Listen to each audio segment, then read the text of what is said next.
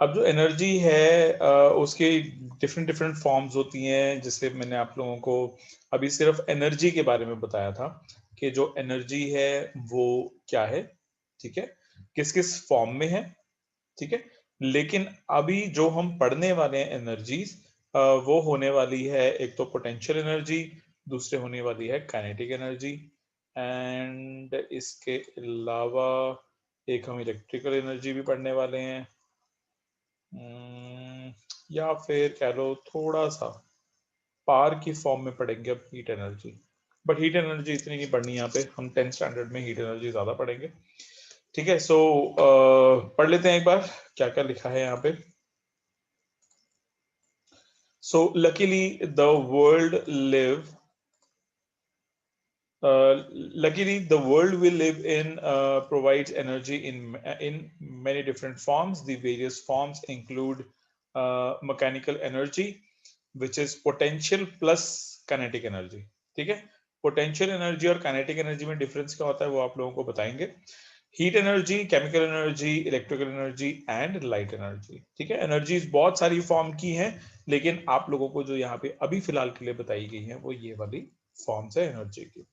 So think it over. How do you know that some entity is a form of energy? Discuss with your friends and teacher.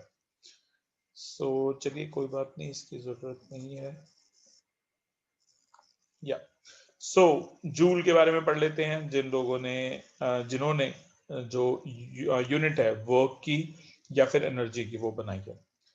So James Prescott Joule was an outstanding British physicist. He is best known for his research in electricity and thermodynamics. James Prescott joule जो हैं वो एक outstanding British physicist थे। He is best known for his research in electricity and thermodynamics.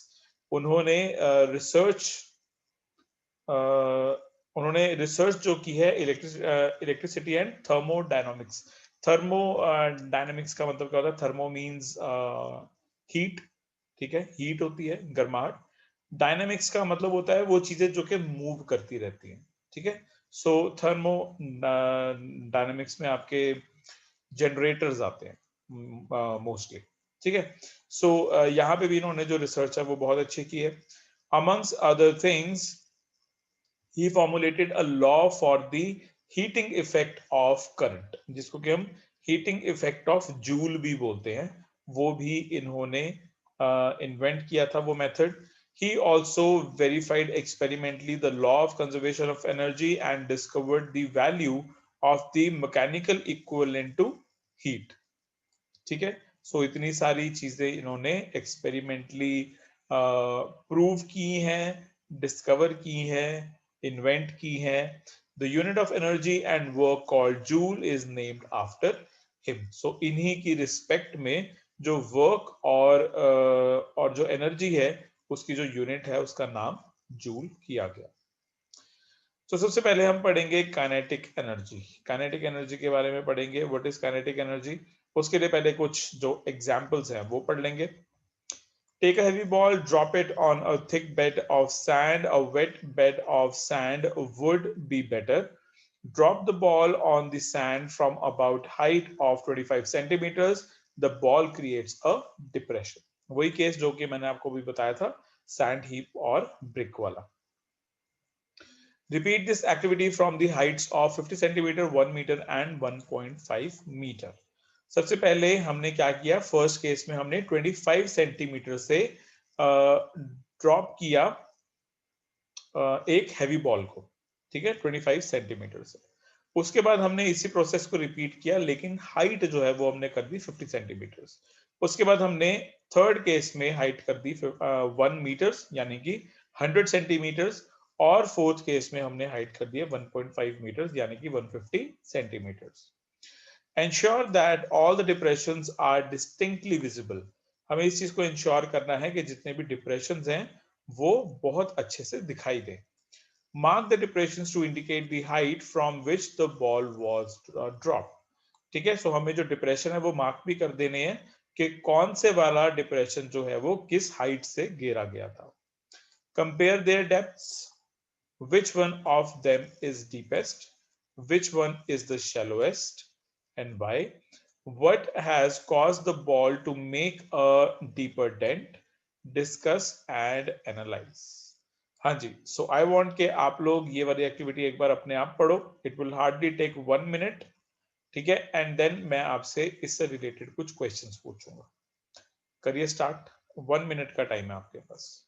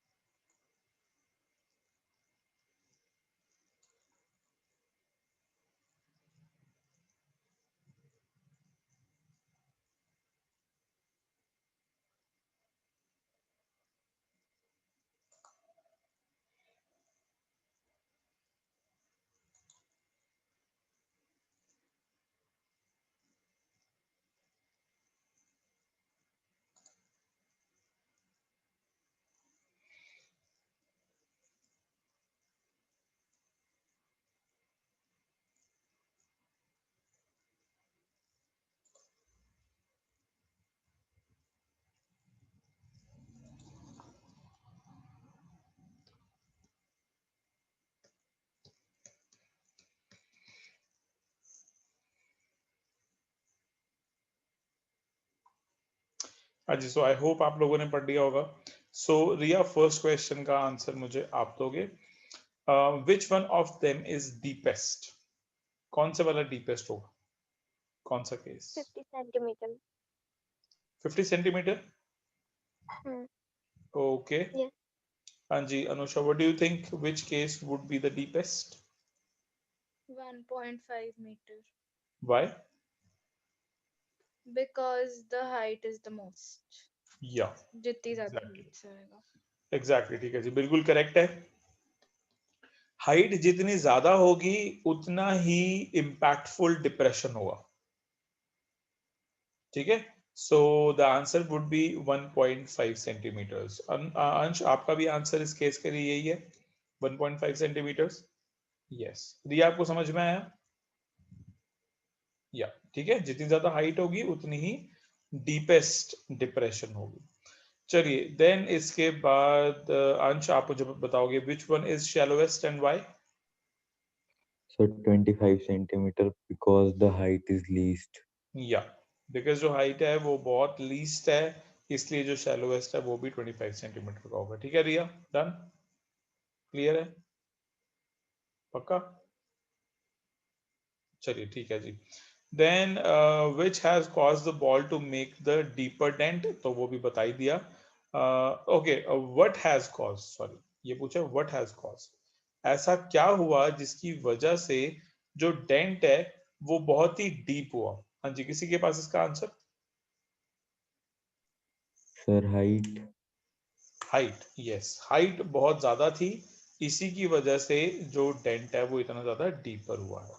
ठीक है, अभी जो height वाला सीन है ये तो आप लोगों को पता चलेगा नेक्स्ट टॉपिक में. काइनेटिक एनर्जी में तो ये आपको पता नहीं चलेगा. ठीक है, चलिए नेक्स्ट एक्टिविटी करते हैं. Setup the apparatus as shown in the figure 11.5. तो आपके पास अगर एनसीईआरटी है तो एनसीईआरटी में यहाँ पे ये वाली फिगर दी हुई है. ठीक है, 11.5. सो हमने ये वाली, अब देखिए मैं आपको इसके कुछ फीचर्स बता देता हूँ कि यहाँ पे क्या क्या किया हुआ है.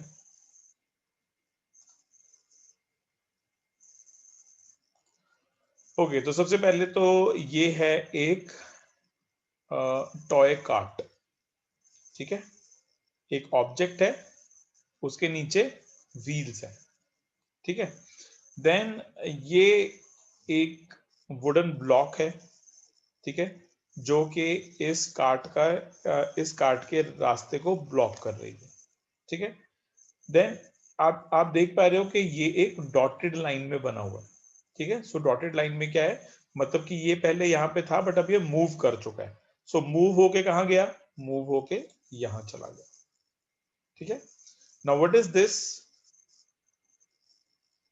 ये ये हमने एक हेमी सर्कल रखा हुआ है जिसके ऊपर ये इतना सा जो है ये हमने वेट रखा हुआ है. ठीक है, ये वेट है. जब हम यहाँ पे वेट डालेंगे तो जो कार है वो आगे की तरफ आएगी. व्हाई? बिकॉज ऑफ दिस पुली. ठीक है, ये जो पुली है ये इस कार को अपनी तरफ खींचेगी, ठीक है, इस कार को वेट की तरफ खींचेगी, तो कार जो है वो आगे की तरफ आ जाएगी। क्लियर है जी, जो भी बताया अभी तक? हाँ जी, दोबारा बता देता हूं मैं एक बार।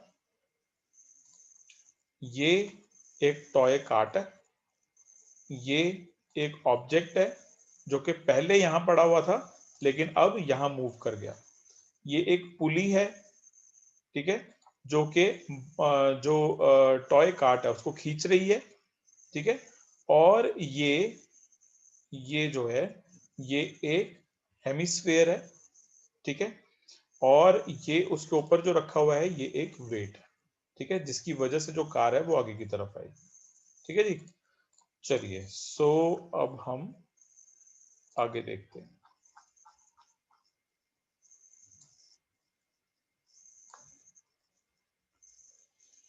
यस, सो यहाँ पे एक्टिविटी में लिखा है place a wooden block of known mass in front of trolley at a convenience fixed distance. जो ये ट्रॉली हमने बनाई है, ट्रॉली के आगे हमने एक नोन मास का, हमें पता होना चाहिए कि उसका मास कितना है, वो हमने वहां पे वुडन ब्लॉक रख दिया। Place a known mass on the pan so that the trolley starts moving. Pan क्या है यहाँ पे? वो वाला हेमी सर्कल जिसके भी मैं बात कर रहा था, ठीक है, जिसके ऊपर हमने वेट रखना है, ठीक है। सो हमने क्या किया, हमने पैन के ऊपर एक नोन मास का ऑब्जेक्ट प्लेस कर दिया, ठीक है। अब इसके बाद the trolley moves forward and hits the wooden block. अब ये जो ट्रॉली है ये आगे की तरफ जाएगी और वुडन ब्लॉक को हिट करेगी। Fix a stop on the table in such a manner that the trolley stops after the hitting the block. The block gets displaced now. अब हमने क्या करना है कि जो वो ऑब्जेक्ट हमने रखा हुआ है टेबल पे, उसे कुछ इस तरीके से रखना है कि जैसे ही ट्रॉली उसको हिट करे तो जो ट्रॉली है वो तो वहीं के वहीं रह जाए और वो जो ऑब्जेक्ट है वो आगे की तरफ चला जाए, ठीक है। ऑब्जेक्ट जैसे ही, सॉरी, जो ट्रॉली है वो जैसे ही ऑब्जेक्ट को हिट करे तो ऑब्जेक्ट आगे की तरफ चला जाए लेकिन ट्रॉली वहीं की वहीं रह जाए, ठीक है। इस तरीके से हमें केयरफुली फिक्स करना है उसको। Note down the displacement of the block. This means work is done on the block by the trolley as the block has gained energy. अब हमने क्या करना है, डिस्प्लेसमेंट नोट डाउन करनी है, यानी कि जो ये ब्लॉक है ये यहां से यहां तक गया है तो इसने कितना डिस्टेंस कवर किया वो हमें देखना है, ठीक है। तो वो हम देखेंगे और ऐसे में हम वर्क डन निकाल पाएंगे, यानी कि हम देख पाएंगे कि ब्लॉक ने ट्रॉली से कितनी एनर्जी गेन की है, ठीक है। So from where does this energy came from? ये जो एनर्जी है ये कहां से आई? ये एनर्जी हाइट की वजह से आई है या मूवमेंट की वजह से आई है? मूवमेंट की वजह से आई है, ठीक है। Repeat this activity by increasing the mass on the pan, in which case is the displacement more. हमने क्या करना है, इस एक्टिविटी को रिपीट करना है और मास को इंक्रीज किए जाना है जो कि हमने पैन के ऊपर रखा है, जो हमने हेमिस्फेयर के ऊपर रखा है। तो पूछा है कि डिस्प्लेसमेंट सबसे ज्यादा कब होगी? ऑब्वियसली डिस्प्लेसमेंट मैक्सिमम वेट पे होगी, ठीक है, मैक्सिमम मास पे होगी। जितना ज्यादा मास हम पैन के ऊपर रखेंगे ट्रॉली की भी जो मूवमेंट है वो उतनी ही ज्यादा होगी, ठीक है जी। डन है, इतना समझ आया? ठीक है जी। So in which case is the work done more? किस केस में जो वर्क डन है वो ज्यादा है? In this activity the moving trolley does work and hence it possesses energy, ठीक है। अब इस केस में अगर हम बात करते हैं तो जो ट्रॉली है उसने एनर्जी को पोजेस किया हुआ है, ठीक है, एनर्जी को पोजेस किया हुआ है और एनर्जी ट्रांसफर किसमें होगी? ट्रॉली, सॉरी, ऑब्जेक्ट में, ठीक है जी। डन है इतना? गुड। सो अब एक बार ये पैराग्राफ पढ़ लेते हैं। ओके, थ्योरम कल करेंगे, पैराग्राफ पढ़ लेते हैं बस। चलिए, सो a moving object can do work. An object moving faster can do more work than the identical object moving moving relatively slow. A moving bullet, blowing wind, a rotating wheel, wheel, a speeding stone can do work. देखो, speed जितनी ज्यादा होगी, यानी कि object जितना जल्दी move कर रहा होगा, इम्पैक्ट भी उतना ज्यादा होगा, है ना। सोचो कि एक कार है जो कि ट्री पे जाके कोलाइड हुई, ठीक है। अब एक कंडीशन में, कंडीशन नंबर 1 में कार की speed is 5 kilometre per hour, 5 only, ठीक है। जैसे कि हम कार को पार्क कर रहे होंगे कहीं पे, ठीक है। एंड सेकेंड केस में कार की speed is 50 kilometre per hour, ठीक है।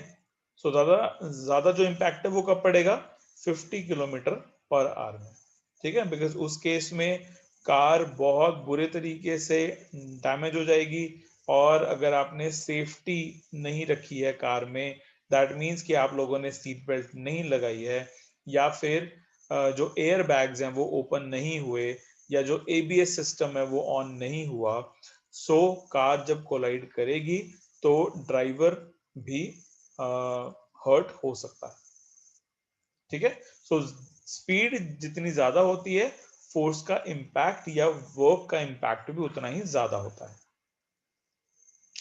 देन इसके बाद, how does a bullet pierce the target. जो बुलेट होती है वो टारगेट को पियर्स कैसे कर देती है, यानी कि उसके अंदर घुस कैसे जाती है। How does the wind move the blades of a windmill. Objects in motion possesses energy, we call this energy kinetic energy, ठीक है। अब जो विंड मिल है उसके जो ब्लेड्स हैं, सॉरी जो विंड्स है वो विंड मिल के ब्लेड से पूरे के पूरे विंड मिल को कैसे रोटेट करती है, ठीक है। तो ये सारा का सारा आंसर आपको मिलेगा काइनेटिक एनर्जी में। A falling coconut, a speeding car, a rolling stone, a flying aircraft, flowing water, blowing wind, a running athlete, etc. possesses kinetic energy. In short, kinetic energy is the energy possessed by an object due to its motion. सो एक coconut हो, speeding car हो, coconut भी कौन सा, falling, जो कि ऊपर से गिर रहा है, स्पीडिंग कार हो, रोलिंग स्टोन हो, फ्लाइंग एयरक्राफ्ट हो, फ्लोइंग वाटर हो, कुछ भी ऐसा हो जो कि फ्लो कर रहा है या फिर रन कर रहा है या अपनी मूवमेंट में है, ठीक है। तो उसमें हम क्या बोलेंगे कि उसमें कौन सी एनर्जी है, उसमें काइनेटिक एनर्जी है, ठीक है। In short, kinetic energy is the energy possessed by an object due to its motion. Kinetic energy की डेफिनेशन आई है, आप इसको इंपॉर्टेंट भी लिख सकते हो, मार्क भी कर सकते हो, हाईलाइट भी कर सकते हो। क्या चीज, kinetic energy is the energy possessed by an object due to its motion. This is the definition of kinetic energy. अगर कोई आपसे पूछता है कि काइनेटिक एनर्जी क्या है, so the energy possessed by an object due to its motion is known as kinetic energy. The kinetic energy of an object increases with its speed. जैसे जैसे स्पीड बढ़ती रहेगी वैसे वैसे ही काइनेटिक एनर्जी भी बढ़ती रहेगी, ठीक है। सो ये वाला टॉपिक भी जो है ये आप एक बार पढ़ लो, एंड कोई डाउट है तो मुझसे पूछ लो। आप लोगों ने एक्टिविटी नहीं पढ़नी है, आप लोगों ने सीधा ये 2 पैराग्राफ्स पढ़ने हैं बस, ठीक है। एक ये वाला, एक ये वाला, बस, ठीक है। करो 1 मिनट में, एंड देन हम नेक्स्ट लेक्चर कर लेंगे।